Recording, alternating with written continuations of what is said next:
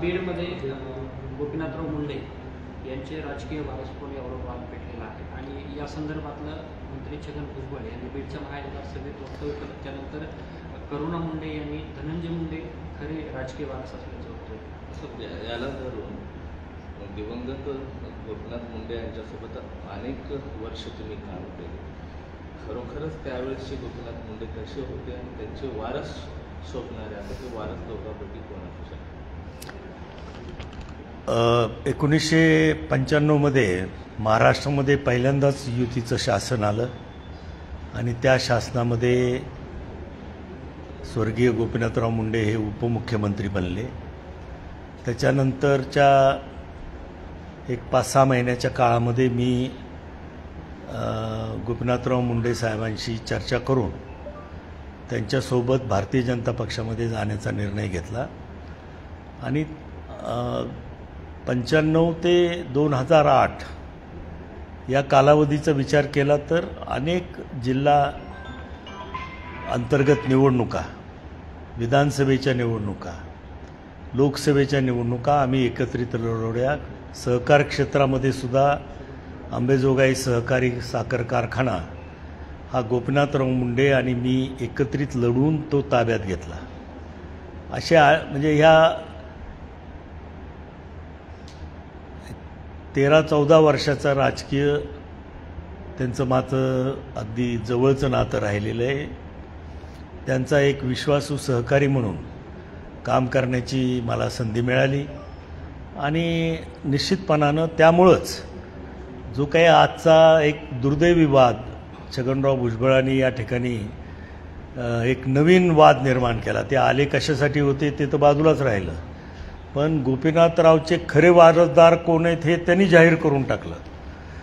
आता तुम्हाला आम्हाला सगळ्यांना माहिती आहे की 2009ची निवडणूक पंकजाताईंनी गोपीनाथरावचा वारसदार म्हणून या जिल्ह्यामध्ये लढवली.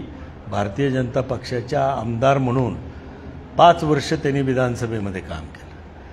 आता 2008मध्येच कोण वारसदार याचा निर्णय गोपीनाथरावनी घेतला होता आणि त्याच्या आधीसुद्धा अनेक वेळेला वैयक्तिक बोलताना जेव्हा आमच्या चर्चा व्हायच्या किंवा साहेब आता पुढं राजकारणामध्ये काय होणार आहे, तर त्यांनी अगदी स्पष्टपणाने मला वेळोवेळी सांगितलेलं आहे की पंकजाताईच ह्या माझ्या वारसदार आहेत. ते जाहीर करण्याच्या आधी 2-3 वर्ष आमची चर्चा होत होती.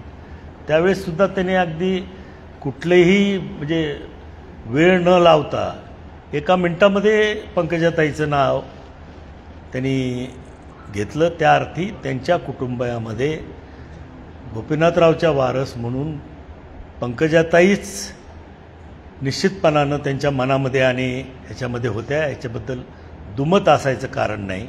आणि स्वतः गोपीनाथरावनी त्यांच्या हयातीत पंकजाताईंना वारसदार म्हणून निवडलेलं आहे. त्याच्यामुळं आता तो प्रश्न निर्माण करण्याचा काही प्रश्न आहे असं मला वाटत नाही. त्याविरुद्ध जर बघितलं तर धनंजय मुंडे जरी माझ्या पक्षात असले तरी त्यांनी शेवटी आज गोपीनाथराव मुंडे यांना सोडून एक वेगळी राजकीय भूमिका घेतली किंवा घ्यावी लागली त्यांना असं म्हणू आपण, पण ती त्यांनी घेतलेली आहे. त्याच्यामुळं आता गोपीनाथरावच्या वारसदार कोण हा नव्यानं वाद उकरून त्याला चर्चा द्यायची, फोडणी द्यायची काही गरज नव्हती. भुजबळ साहेबांनी उगीचच यामध्ये मला वाटतं की स्वतःचं मत नोंदवलेलं आहे. ते त्यांनी नोंदवलं नसतं तर अतिशय चांगलं झालं असतं असं माझं वैयक्तिक मत आहे. महाराष्ट्रातलं राजकारण सध्या जर पाहिलं गेलं तर काका आणि पुतण्या असंच राहिलं. पुतण्या वारसदार होऊ शकत नाही असं आजपर्यंतच्या अनुभवावरून दिसतंय. म्हणजे सगळ्याच पक्षात ही गोष्ट आहे. पण माझ्या घरात माझा पुतण्या वारसदारच आहे माझा. ते मी आताच जाहीर करतो. त्याच्या तुमत असायचं कारण नाही. 5 वर्षापूर्वी तुम्ही मी जाहीर केलं होतं, परंतु ऐन वेळेस अनेकांनी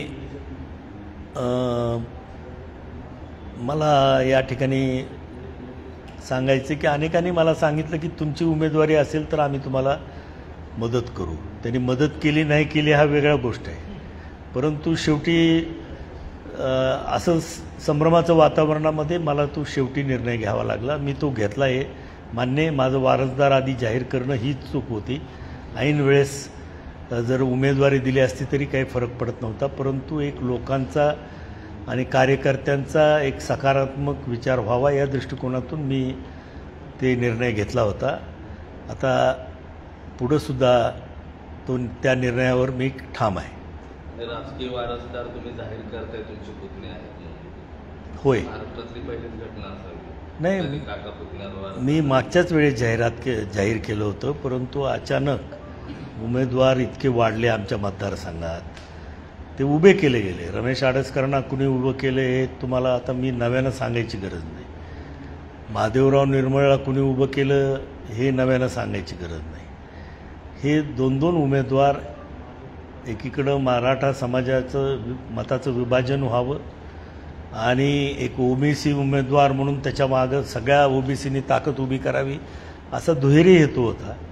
परंतु माझ्या सुदैवानं आणि त्यांच्या दुर्दैवानं ही गोष्ट काही साध्य होऊ शकली नाही. शेवटी लोकांनी माझ्यावर विश्वास कायम ठेवला. 5व्यांदा मला या मतदारसंघाचा आमदार म्हणून निवडून दिलं. मात्र बीडमध्ये मेळावा झाला. त्या मेळाव्यामध्ये धनंजय मुंडे यांनी तुम्ही असताल किंवा विजयसिंह पंडित असतील याच्यावर टीका करताना म्हटलंय की आमच्यामुळेच ते निवडून आलेले आहेत. तुरावर घेण्याची भाषा केली. आम्ही तुरावर घेतलं आणि आम्हाला भोग अशी. धनंजय मुंडे यांना काही फार राजकीय इतिहास माहीत आहे असं मला वाटत नाही. ज्या वेळेस जिल्हा परिषदेमध्ये पंडित अण्णांना जिल्हा परिषदेचा अध्यक्ष म्हणून निवडायचं होतं, त्यावेळेससुद्धा धनंजय मुंडेने काय गोंधळ घातला होता त्या ठिकाणी ते मला माहीत आहे. मी त्याच्याबद्दल आजपर्यंत भाष्य केलेलं नाही. परंतु शेवटी पंडित अण्णासुद्धा मुलाच्या हट्टापुढं हतबल झाले होते आणि ते निघून गेले होते त्या आमच्या बैठकीतून. त्यांना परत आणण्यासाठी काय कष्ट सुद्धा धनंजय मुंडेने अतिशय आत्ताहीपणा केला होता. ती गोष्ट ना मुंडे साहेबांना मान्य होती ना मला मान्य होती. त्यामुळं आम्ही पंडित अण्णांचंच नाव त्या ठिकाणी जाहीर केलं आणि पंडित अण्णांना त्या ठिकाणी एक नवीन चमत्कार करून निवडून आणलं. धनंजय मुंडेंना अशी सल्ला द्याल का तुम्ही? सध्या सुरू आहे ते जे काही आज सांगतायत, मी सांगतोय की या ठिकाणी माझं म्हणजे सोळंकी कुटुंबीय हे गेल्या 60 वर्षापासून बीड जिल्ह्याच्या राजकारणामध्ये काम करतायत. आमचे वडील 1962 साली जिल्हा परिषदेचे पहिले अध्यक्ष झाले. 5 वर्ष त्यांची कारकीर्द संपूर्ण महाराष्ट्रामध्ये गाजली आणि त्यांना स्वर्गीय चव्हाण साहेबांनी 67च्या निवडणुकीमध्ये पक्षाचं उमेदवार म्हणून जाहीर केलं आणि त्यामध्ये ते निवडून आले. लगेच त्यांना महाराष्ट्राच्या मंत्रिमंडळामध्ये स्थान मिळालं. ते 1980पर्यंत म्हणजे महाराष्ट्राच्या मंत्रिमंडळामध्ये होते. बीड जिल्ह्याचे पालकमंत्री होते. आता त्यावेळेस ना गोपीनाथराव मुंडेंचं नाव होतं, ना धनंजय मुंडेचं नाव होतं, ना पंकजाताईचं नाव होतं. 1978 साली गोपीनाथराव मुंडे पहिल्यांदा जिल्हा परिषदेवर निवडून आले.